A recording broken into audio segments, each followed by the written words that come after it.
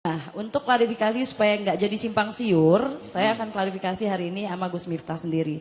Gus, ada pertanyaan netizen nih. Tapi sebelumnya aku pengen nanya dulu nih. Ya.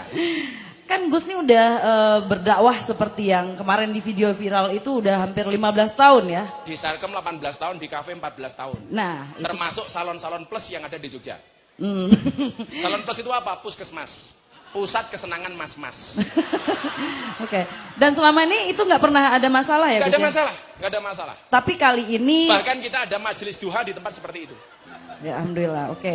Itu selama ini nggak ada masalah, tapi kali ini jadi viral, Gus. Jadi masalah. Nah, apa pandangan Gus berdakwah atau sholawat di tempat, maksudnya kafe seperti itu, yang adabnya banyak yang bilang di komen ya, kalau bukannya sholawat tuh harus tempat yang, atau berdoa melafazkan nama-nama Allah itu harus di tempat yang bersih, sedangkan di sana kan jual kamar, terus tempatnya bermaksiat katanya gitu. Jadi pandangan Gus sendiri gimana gitu? Nabi Ibrahim itu dakwahnya menggunakan makanan. Pernah satu ketika Nabi Ibrahim itu masak enak banget, seperti masakannya Bunda. Bapak Ibu semuanya bisa tanya Bunda, pernahkah Gus Miftah mencacat, mencaci maki, menghina makanan yang dihidangkan oleh Bunda? Wallah nggak pernah, tanya Bunda. Kalau senang saya makan, nggak senang saya diam.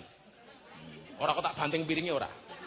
Jadi ketika Nabi Ibrahim ini dakwah dengan makanan, semua orang disuruh makan. Maka kenapa Nabi Ibrahim itu gelarnya Khalilullah, kekasihnya Allah.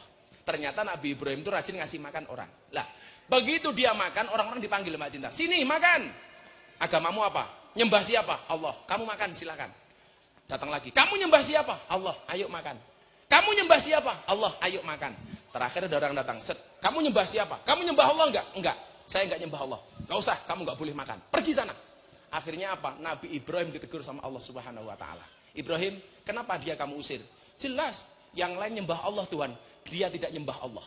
Apa jawaban Tuhan kepada Ibrahim? Ibrahim, yang baik dan yang buruk, yang nyembah aku dan tidak nyembah aku, semuanya adalah hambaku. Dan tiap hari mereka aku kasih makan. Lah kamu Ibrahim, cuman ngasih makan sekali saja kok kakean syarat. Terus gimana Tuhan? Kasih dia makan, walaupun dia tidak nyembah aku. Toh dia juga hambaku. Artinya apa? Akhlak yang ingin diajarkan oleh Nabi Ibrahim dan Nabi Muhammad adalah baik kepada orang baik dan tetap baik kepada orang yang tidak baik. Ya, saya ingat kata-kata Gus juga, katanya Gus hanya di dunia ini hanya ada dua orang. Hanya ada dua model. Orang baik dan orang belum baik. Belum baik, bukan jelek. Ya, saya di sini ada yang di tengah ya Gus, jangan sampai nanti saya bilangnya mepet ke sini, jangan ya. Jadi intinya untuk Gus Miftah biasa dipepet deh. Jadi intinya tadi Gus pandangannya seperti itu. Tapi masalahnya ini masalah adab. Yang dipeributkan adalah masalah adab karena dalam melafazkan kita membaca ayat suci atau sholawat itu kan harus ada adabnya. Mbak Cinta pernah nggak ketemu dokter spesialis? Pernah. Dokter spesialis itu harus senantiasa sejenis kelamin nggak? Enggak. Apakah dokter profesi itu dokter laki-laki pegangnya cuma laki-laki, dokter perempuan memegang pasien perempuan? Boleh nggak ketika memang spesialisnya itu cuma laki-laki, kemudian pasiennya perempuan? Boleh nggak dokter laki-laki pegang pasien perempuan? Kalau memang cuma satu itu nggak dipegang sama dokter laki-laki, modar, nggak ada yang nangani. Lah, kenapa Gus Miftah itu masuk ke dunia seperti itu? Apakah ini melanggar adab? Adab menurut siapa? Karena Al-Quran mengatakan ud'u ila sabili rabbik, serulah kepada jalan Tuhanmu. Yang diseru itu bukan orang yang baik. Orang yang belum baik diseru supaya menjadi baik. Amin. Kalau mbak-mbak kafe itu malam minggu paling tak suruh ke sini, nggak mungkin mau, wong mereka kerja. Apalagi malam minggu itu pasti malam yang paling rame untuk mereka. Nggak mungkin datang. Tapi saya acungi jempol 5 sama mbak-mbak Sarkem. Nggak cuma 4, 5. Siji, loro, 3, 4, siji ini golek dhewe. Mereka mau datang mbak ke sini mbak. Dari Sarkem dan teman-teman WTS itu mereka nyewa bis mbak, datang. Walaupun setelah itu mereka kembali bekerja. Tapi kita tidak boleh menjadi hakim bagi mereka. Kenapa? Alaihissallah bi'ahkamil hakimin. Yang berhak menjadi hakim adalah Allah. Lah kenapa adabnya Gus Miftah sampai masuk ke sana? Karena nggak ada satupun orang yang mau datang ke sana. Kalau kemudian netizen tanya sama Gus Miftah, ini mbak, yang barangkali Mbak Cinta nanti harus sampaikan. Kalau ada netizen tanya sama Gus Miftah, Oh, Gus Miftah ngaji di kafe itu karena motifnya ekonomi, karena duit dan lain sebagainya. Tanya Mbak Sarkem. Gus Miftah pengajian 18 tahun di Sarkem, konsumsi bawa sendiri, nasi bawa sendiri untuk mereka. Gus Miftah bagi mukena, Gus Miftah bagi sajadah, bagi Al-Quran. Nggak pernah dapat apa-apa, justru kita yang kasih mereka apa-apa. Supaya apa? Supaya hijrah ke jalan Allah Subhanahu wa taala. Kowe kudu iso ngono kuwi le ra ini. Ada lagi Mbak? Ya, ada lagi pertanyaan. Yang lebih pedes pertanyaannya apa? Aduh, saya takut nih, saya di kampung Gus Miftah nih. Oh, nggak ntar apa-apa. saya nggak bisa pulang. Oh, pulang. Nggak apa-apa, ntar bapak-bapak temenin saya pulang, kan bajunya Cie, sama. cie. Bang Modus Gasim ya? langsung yes. Biasa, kalau host itu biasa kayak gitu. Modus. Biasanya kan Gus Miftah nyuarakan. Nih, ada sebuah pandangan, kenapa nggak diberitahu dulu gitu, maksudnya menggunakan pakaian sopan gitu kan, setidaknya tidak ada yang namanya zina mata yang beriringan dengan sholawat gitu. Kenapa sih nggak dikasih tahu dulu Gus gitu? Begini, belum tentu orang yang melihat itu nafsu, dan belum tentu orang yang tidak melihat itu tidak nafsu. Banyak orang di kamar sendiri, nggak lihat apa-apa, tidur begini, tapi otaknya kemana-mana. Contohnya gue loh, ini di kamar loh. Fantasinya kemana-mana. Tapi banyak orang yang kemudian berjumpa dengan hal seperti itu sama sekali tidak ada pikiran apapun. Mbak, kalau memang saya harus nakal, sudah 18 tahun. Alhamdulillah, jangankan kok alkohol, ngerokok pun saya tidak. Santri semuanya bisa lihat, pernahkah abah ngerokok? Enggak. Kalau kemudian orang berpikiran, alah paling ngaji di kafe habis ngaji minum. Wallah, sekalipun satu tetes pun Gus Miftah tidak pernah merasakan namanya alkohol. Jangankan alkohol, ngerokok gitu cangkemku radoyan. Enggak. Kenapa? Karena saya yang jaga. Kalau saya sampai minum, saya tidak berhak ngasih tahu mereka untuk ngaji. Kenapa? Karena nggak ada bedanya saya dengan mereka. Kalau kemudian kemarin Mbak seperti itu sebenarnya nggak terlalu ekstrim seperti itu. Memang pernah sekali dua kali seperti itu. Tapi rata-rata kalau Mbak Sarkem itu ikut pengajian Mbak, mereka juga pakai jilbab. Makanya daripada nyinyir, coba datang ke sana. Mereka tanya, Gus Miftah ikhlas nggak ngasih kami mukena atau ruku atau sajadah? Ikhlas. Syaratnya apa? Untuk sholat, jangan untuk kemul. Saya bilang begitu. Ini kan masalah sudut pola pandang aja, makanya kan aku juga hanya bisa menengahkan saja gitu. Jadi kadang-kadang mereka juga pakai, kadang-kadang tidak. Ya. Tapi yang jelas, kita tidak bisa memaksa mereka. Kalau mereka saya paksa, maka jadi ngaji. Kamu harus berjilbab. Nanti kalau ada tamu datang, kamu sapa dengan kalimat Assalamualaikum. Bubar tamu ini rata kok. Ya maksudnya gini loh Gus, pandangan orang tuh berbeda-beda ya, apalagi pasti netizen, ada yang nggak suka. Netizen gaib. Dan ada juga yang aku lihat itu bilang, yang ngebela Gus ya di komen ya, yang dia bilang dia salah satu, kalau nggak salah namanya Dennis, dia salah satu murid Gus yang dulunya juga sadarnya di. Sudah ini saja, komplit, ini iki. Mana? Iki. Ada orang ya? Ini lebih sadis daripada itu. Mana? Ini. Naik panggungnya ini, muka panggung nih, ngentane apa ben ngerti. Ini nih, muka panggung nih. Sini sih nggak apa-apa lompat. Kowe kaya lompat nggo kulkas kan lho. Berarti maling. Ini namanya Mas Zulham. Ya. Mas Zulham. Siap, Mas. Ini dulu dunianya malam. Keamanan kafe-kafe. Bikinannya minum. Alhamdulillah bertobat. Kalau dulu ditanya pernah baca orang, tanya sendiri. Pernah baca orang? Apa boleh? Taman kayak gini. Wis masa lalu. Tak tanya dulu. Pernah di penjara berapa tahun? 3 tahun. Pernah di penjara 3 tahun. Waktu itu kasusnya apa, Le? Apa boleh? Nggak apa-apa Mas. Udah aman. Penting pernah baca uang atau apa gitu aja. Pernah baca orang. Pernah baca. Di penjara 3 tahun. Nah. Kemudian jadi keamanan kafe berapa tempat? 2 tempat. Sekaligus. Sekarang setelah kamu kenal Abah, kamu ikut ngaji Abah, kamu masih kerja di kafe nggak, Le? Kenal Abah di kafe atau kenal Abah di? Dia datang ikut ke pengajian. Oh, datang itu Termasuk pengajian. di tempat prostitusi itu. Okay. Karena dia mikir, masa sih di tempat seperti itu ada ngaji, dan dia datang, alhamdulillah dapat hidayah. Oh. Dan gaji kamu dari 2 kafe itu dulu kamu tinggal. Kamu sekarang kerjanya apa? Yo, alhamdulillah ada aja. Ada saja. Meninggalkan 2 tempat gajinya tiap bulan ada. Sama, saya juga kayak gitu. Alhamdulillah. Nah, Sama. berarti Meninggalkan jodoh, yang dibenci Allah untuk atau yang jangan-jangan dicintai jodoh Allah. nih malah. Masya Allah. Ini nggak dari Padang ceramahnya jodoh. Jadi ini bukti konkret, dan masih banyak.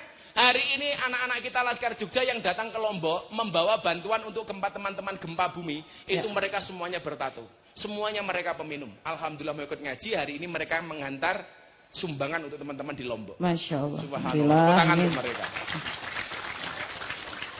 Mukanya diketokke.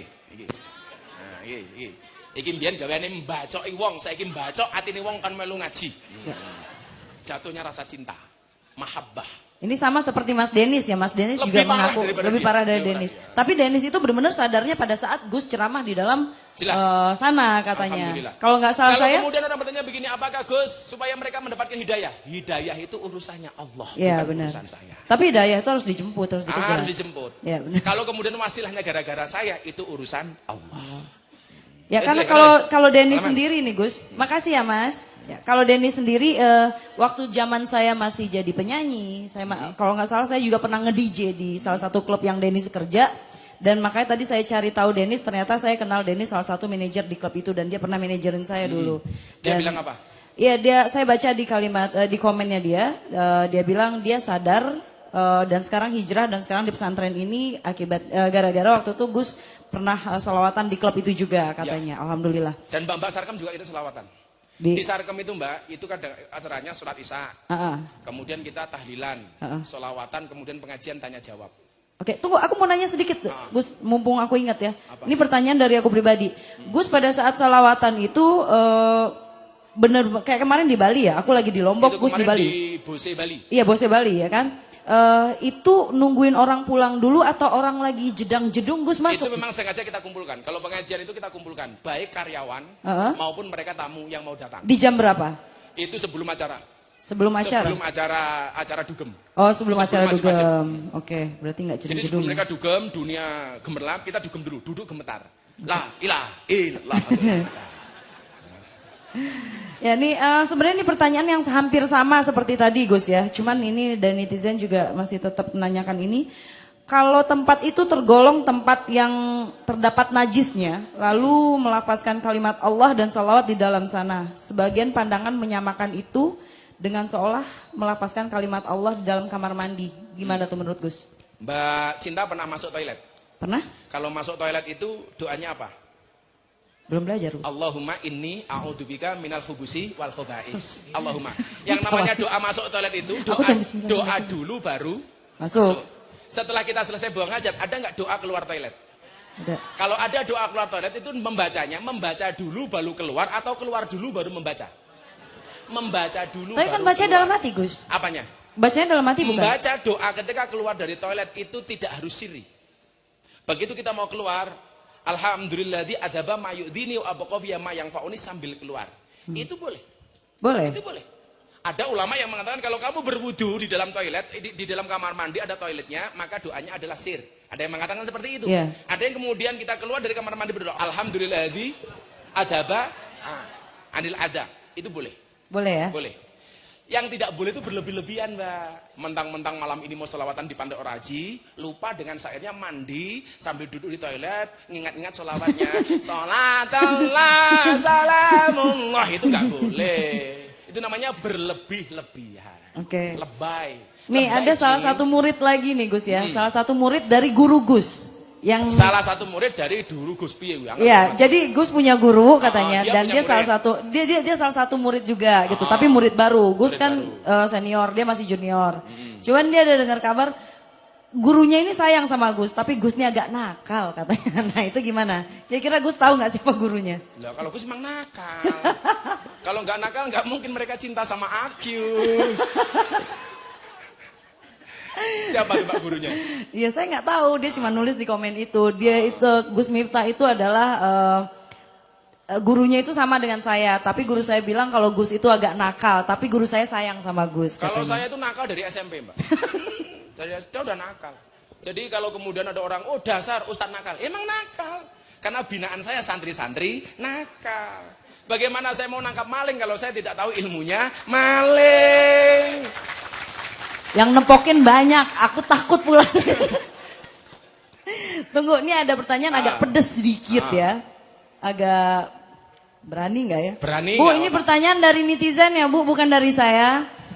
Nggak apa-apa ya? Santai, mereka itu orang-orang yang besar dadanya. Artinya baik hatinya. Amin, amin. Kempes.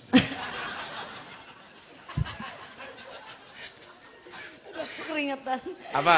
Enggak. Yang paling pedes apa? Yang paling pedes gini, ada katanya viral, hari ini viral Gus ya, masalah yang tadi dan disama-samakan dengan beberapa ustadz. Dan ada juga beberapa ustadz yang sudah menjawab dan tidak setuju dengan apa yang Gus lakukan gitu. Jadi gimana pendapat Gus? Ya nggak apa-apa, tidak harus semua sama. Nabi itu sebagaimana saya pengajian di Padang tempatnya Mbak Cinta, Nabi itu hadis riwayat Ahmad dan Baihaqi dalam kitab Mishkatul Masobih yang oleh Imam Albani dikatakan ini soheh. Nabi itu jumlahnya ada 124.000 nabi. Ulama alladzina hum warasatul anbiya. Ulama itu ahli warisnya para nabi. Karena nabi jumlahnya banyak, warisan yang turun kepada kiai itu beda-beda. Ada kiai yang mendapatkan warisannya Nabi Sulaiman, kaya contohnya Ustadz Yusuf Mansur, Paitren, Sulaiman. Ada kiai yang mendapatkan warisannya Nabi Musa, gagah, Habib Rizik, cangkemnya atos, gagah. Ada kiai yang mendapatkan warisannya Nabi Ayub, sabar umpamanya. Kayak Habib Lutfi, Pekalongan, sabar beliau, sabar. Ada kiai yang mendapatkan warisannya Nabi Dawud, suaranya bagus, Habib Syekh, suaranya bagus. Ada kiai yang mendapatkan warisannya Nabi Yusuf, ganteng, Gus Miftah.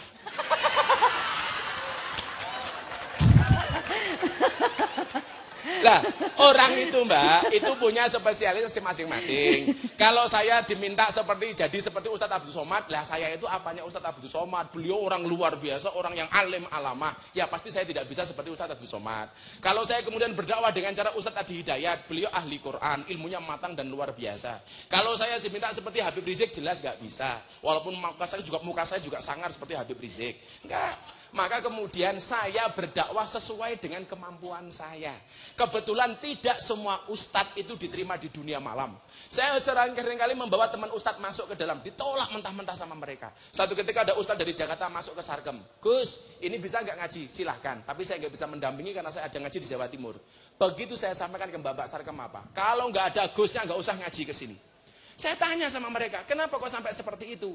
Karena setiap kali ada ustadz datang kemari, kami hanya dihakimi. Tidak bisa mengambil hati kami sebagaimana yang diajarkan oleh Gus kepada kami. Itu. Jadi gimana ibu-ibu? Teruskan perjuangan. Terus ya. Terus ya. Jadi kalau kemudian ada yang tidak sependapat, nggak apa-apa. Luar biasanya apa? Tapi Gus siap ya? Oh siap. Siap kalau seandainya Gus ntar tiba-tiba besok diundang di acara TV, dihadapin dengan beberapa itu kemudian, gitu. kenapa tadi saya bilang mahabbah rukun? Orang itu nggak bisa rukun. Itu menurut Ibnu Athaillah As-Sakandari dalam kitab Hikam, itu sebabnya karena dua. Karena satu merasa diremehkan, yang kedua karena merasa diganggu. Dan ketika Gus Miftah diremehkan, Gus Miftah nggak apa-apa. Nggak apa-apa. Nggak pernah sakit hati. Ini lucu, kita sholawat di kafe dengan sholawat yang nggak setuju, misuh-misuh sama Gus. Anjing, setan lu. Pertanyaan saya, yang sholawat lebih baik mana? Yang sholawat di kafe apa yang misuh-misuh?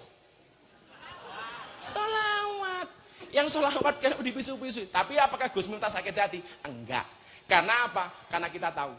Uang 100.000 itu walaupun diinjak-injak kayak apapun itu tidak mengurangi nilainya. Uang yang 1.000 rupiah walaupun dinaikkan melalui layang-layang tetap saja dia tidak bisa lebih dari 100.000. Coba saya tanya sekarang. Ini Mbak, ini pelajaran sama Mbak Cinta. Coba saya tanya, ibu-ibu pilih mana? Uang 100.000 dikencingi kambing atau uang 1.000 disiram minyak wangi? Anda pilih mana? Uang 1.000 minyak wangi atau uang 100.000 karena dikencingi sama kambing? Tetap milih 100.000 walaupun ada kencing kambingnya 100.000. 1.000 nggih apa? Artinya apa? Kalau memang dasarnya orang itu baik, mau dihinakan seperti apapun tetap saja dia akan kelihatan baiknya. Kalau orang itu jelek, mau dinaikkan seperti apapun tetap saja kelihatan jeleknya. Lah Gus Miftah yang mana? Sing elek. Saya yang jelek, Mbak. Jadi mau dipuji-puji mereka saya tetap jelek. Ya karena gini loh, aku hanya menengahkan karena beda pola pandang, sudut pandang. Dan yang pasti Gus punya alasan tersendiri ya gitu. Ya saling dan hanya Gus mendoakan yang tahu. saja, watawas sobil haki, watawas sobi sober. Ya. Antum dakwah dengan cara antum, biarkan saya dakwah dengan cara saya.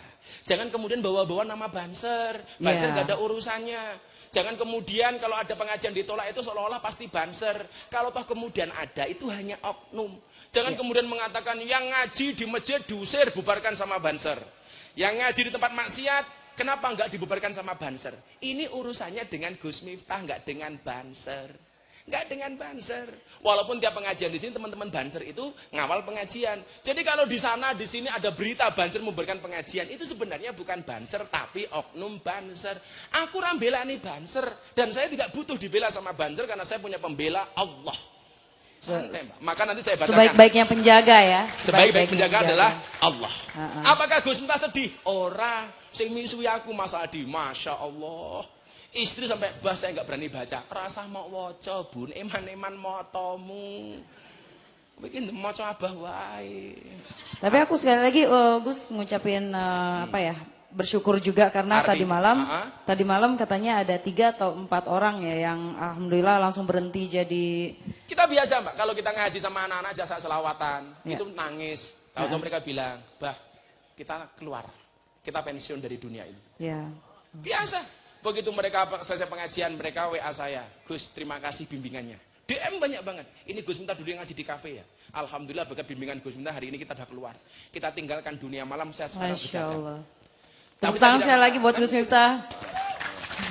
Cuman sampai sini aja aku tanya Gus, yang penting udah menyalurkan apa yang netizen pertanyakan hari ini dan alhamdulillah makasih sekali lagi aku udah diberikan tempat di sini. Siap Mbak, terima kasih. Insya Allah ketemu Tepuk tangan untuk Mbak Cinta. Assalamualaikum warahmatullahi wabarakatuh. Mudah-mudahan tidak kapok kesini lagi besok. Insya Allah enggak. Amin. Amin. Saya bacakan apa yang disampaikan oleh Ibnu Athaillah, mohon izin dan jam 11 kurang seperempat menit meneh. Ini yang kemudian menjadi prinsipnya abahmu, menjadikan prinsipnya Gusmu. Kenapa kemudian kita tidak pernah terganggu dengan omongan orang? Coba didengarkan, ini inti pengajian malam hari ini. Besok insya Allah bulan depan kita ulang tahun. Ini tolong malam hari ini jangan meninggalkan tempat sebelum mendengarkan apa yang saya sampaikan. Bismillahirrahmanirrahim. Ibnu Athaillah mengatakan dalam kitab Al-Hikam ayat nomor 102. Beliau mengatakan apa?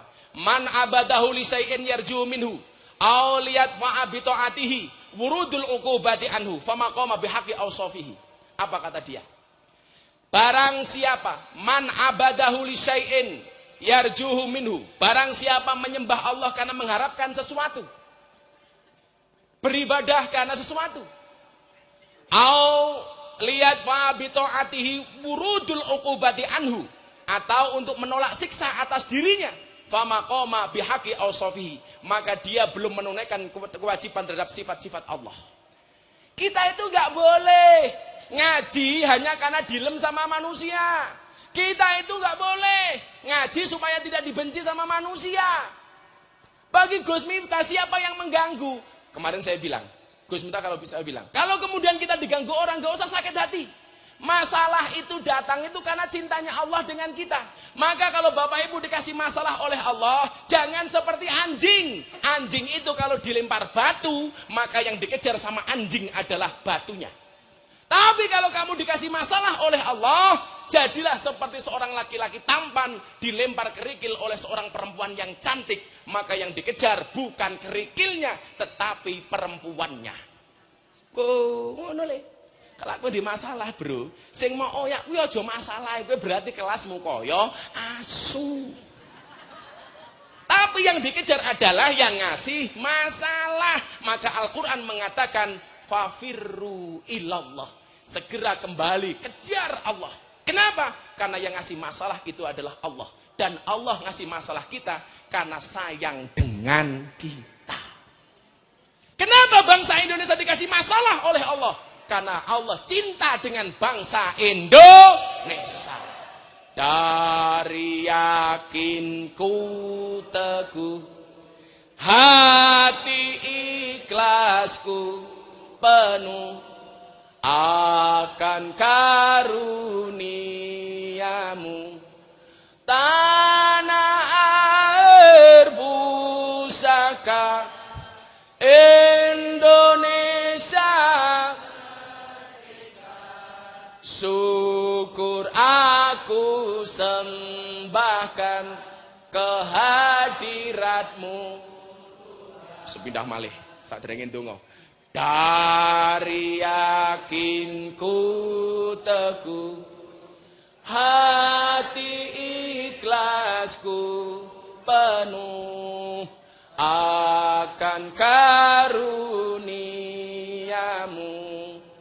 tanah air pusaka Indonesia merdeka, syukur aku sembahkan kehadiratmu. Uripe slamet, matine slamet. Uripe slamet, matine slamet. Uripe slamet, matine slamet. Uripe slamet, matine slamet. Uripe slamet, matine slamet. Uripe slamet,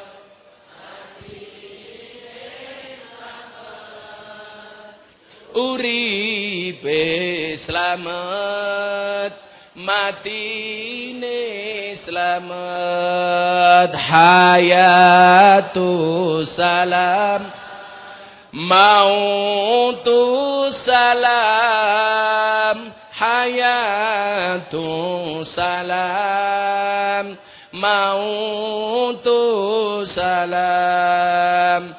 Hayatu salam, mautu salam.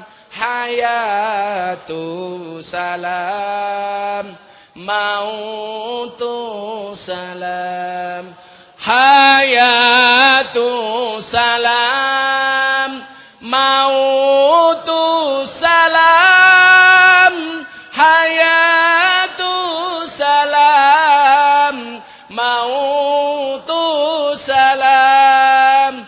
Hayatu salam, mautu salam. Hayatu salam, mautu salam. Hayatu salam, mautu salam. Rabbana atina fid dunya hasanah wa fil akhirati hasanah wa qina adzabannar walhamdulillahi rabbil alamin.